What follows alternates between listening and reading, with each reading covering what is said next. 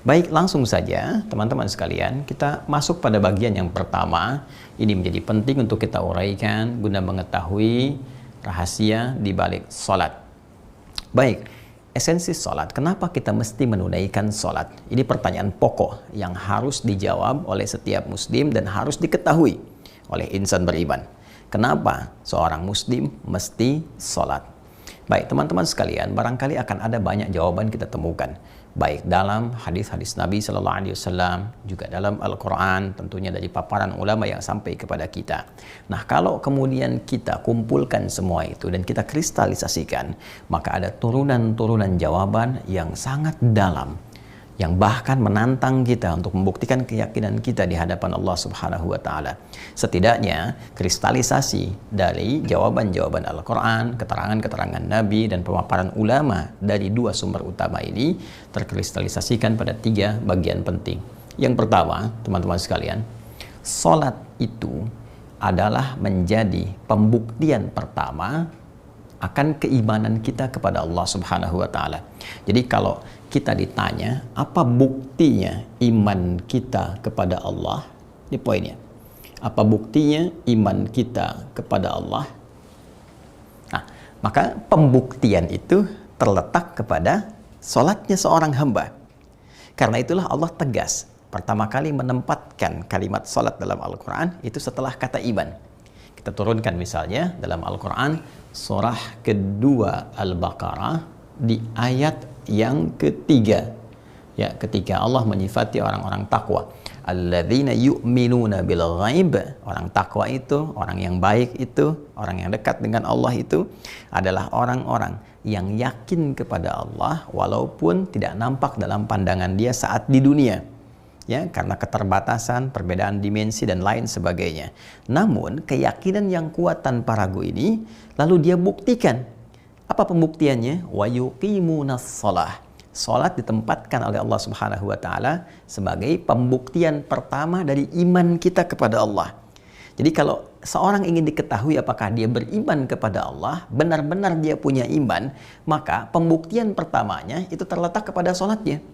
Bisa dilihat dalam salatnya.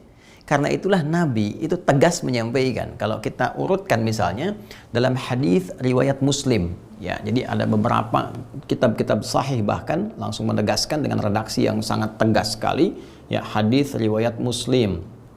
Ya, juga ada hadis riwayat At-Tirmidzi, nanti kita temukan juga dalam riwayat At-Tirmidzi, ya.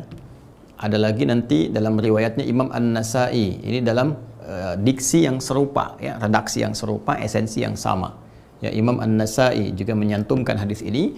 Ini riwayatnya diambil dari sahabat Jabir bin Abdullah. Ya, Jabir ibnu Abdullah radhiyallahu taala anhu. Jelas sekali, ya, bahkan sebagian menempatkan dalam Kitabul Iman. Anda bayangkan, ya, untuk membuktikan iman itu, ya, selevel Al-Imam At-Tirmidzi menempatkan dalam Kitabul Iman. Ya, kemudian Al-Imam An-Nasai menempatkan dalam Kitabus Shalah. Jadi korelasi antara iman dengan sholat, untuk membuktikan keimanan itu maka dilihat dalam sholatnya. Apa yang Nabi SAW sampaikan dalam riwayat hadis Jabir bin Abdullah radhiyallahu taala anhu ini, ya, Nabi SAW menyampaikan qala Rasulullah SAW, inna baina rajuli wa baina syirki wal kufri tarakus shalah. Perhatikan baik-baik kalimatnya. Inna baina rajuli, kan, inna baina rajuli, baik. Inna bainar rajuli wa baina asyirki wal kufri, ya, wal kufri tarkus salah wal iyadzu billah. Inna bainar rajuli, sungguh, ya, ini kalimat penegasan. Inna itu harfu nasbin wa taukidin tansibul isma wa tarfa'ul khabar, ya, mabniun alal fathi la mahalla lahu minal i'rab. Tegasnya huruf yang berfungsi untuk menguatkan satu informasi, menegaskan satu informasi, menancapkan. Nasab itu menancapkan, bukan hanya menunjuk pada harakat fathah kalimat setelahnya, tapi juga memberikan penekanan bahwa informasi yang disampaikan tancapkan pada jiwa, jangan sampai goyah. Ya, nasabar rajulu asahu fil ardi, seorang lelaki menancapkan, ya, tongkatnya di bumi sampai tegak, sulit untuk digoyangkan. Jadi seakan Nabi ingin mengatakan, ya ditegaskan, dikuatkan kata Nabi, inna bainar rajuli, sungguh antara seseorang itu, ya, rajul di sini diartikan oleh para ulama hadis tidak hanya mencakup lelaki, ya, tapi menunjukkan kalau kita sinekdok pas prototo, ya, sebagian mewakili keseluruhan, ya, menunjukkan seseorang, setiap orang yang punya iman. Ya, jadi kadang-kadang kata rajul ini digunakan kiasan pada sosok yang sudah mantap dengan pilihan, ya, sosok yang punya kekuatan, ya, sehingga disebut dengan rajuliyah, ya, sesuatu yang kuat, kokoh. Jadi kalau seseorang itu kokoh imannya, kuat dia, inna baina rajuli wa baina syirki wal kufri, sungguh antara seseorang yang kokoh itu, ya, imannya yang kuat, wa baina syirki, dan dibedakan dengan syirik. Jadi perbedaan antara, ya, perbedaan antara orang yang beriman, yang kokoh imannya, dengan orang yang syirik, dengan syirik, wal kufri, dan dengan kekufuran, yaitu apa? Tarkus shalah. Esensinya terletak kepada ditinggalkannya sholat ataukah dikerjakannya sholat. Jadi orang-orang yang benar-benar beriman, hadis ini ingin menegaskan, orang-orang yang beriman itu yakin kepada Allah bisa dibedakan dengan lawan dari iman. Lawan dari iman itu kan cuma dua, ya, kufur dan syirik.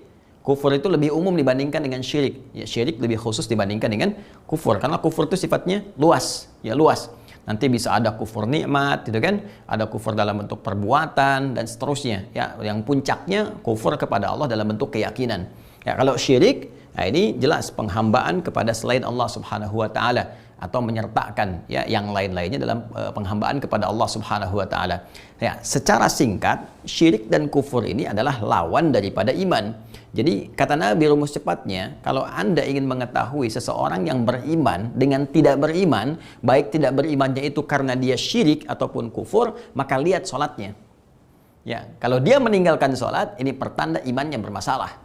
Ya, karena tarkun di sini, ya, menggunakan dhammah di sini, ini jelas menunjukkan unsur kesengajaan, mengabaikan. Ya, jadi ada orang yang memang memandang rendah sholat, atau mengabaikan sholat, itu kan, atau melihat sholat sebagai hal yang tidak bernilai, maka itu imannya dipertanyakan oleh Nabi SAW.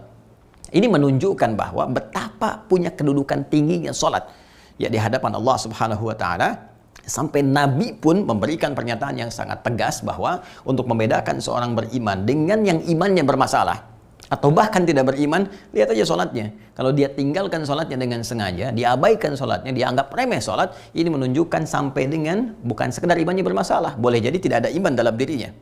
Ya, karena itu pentingnya sholat kita kerjakan, teman-teman sekalian. Pertama adalah membuktikan keimanan kita kepada Allah Subhanahu wa taala. Dan keimanan kepada Allah ini pokok yang paling pertama dalam Islam. Ya, ini yang paling menentukan tauhid kita kepada Allah Subhanahu wa taala. Jadi ketika kita menyatakan beriman, kita ucapkan bertauhid, asyhadu an la ilaha illallah, gitu kan? Asyhadu an la ilaha illallah. Aku bersaksi, ya, aku menetapkan tiada Tuhan yang layak dipertuhankan dan layak untuk disembah, ya. Karena Allah itu punya dua arti yang pokok. Satu yang dipertuhankan, yang kedua al-ma'budul haq, yang diibadahi, yang disembah. Jadi ketika Anda mengatakan la ilaha illallah, itu Anda sudah komitmen hanya menjadikan Allah sebagai Tuhan, gak ada yang lainnya, dan membuktikan kemudian komitmen itu, keyakinan itu dengan apa? Dengan menyembahnya. Makanya kalimat Allah itu sudah melekat kalau dalam jiwa kita, itu pembuktiannya sudah hanya dua. Mengesahkan Allah, tidak ada yang lain, qul huwallahu ahad, kemudian membuktikan komitmen itu dengan apa? Dengan menyembahnya. Nah, cara menyembah Allah itu lewat apa? Ya lewat salat. Ya, makanya kemudian syahadatnya kan diteruskan, wa asyhadu anna Muhammadar Rasulullah, dan kita meyakini Nabi Muhammad SAW utusan Allah. Di antara fungsi utusan itu menuntun kita bagaimana menyembah Allah lewat salat. Itulah sebabnya kita bahas sifat salat Nabi SAW, karena Nabi menuntun kepada kita bagaimana cara menyembah Allah dengan benar.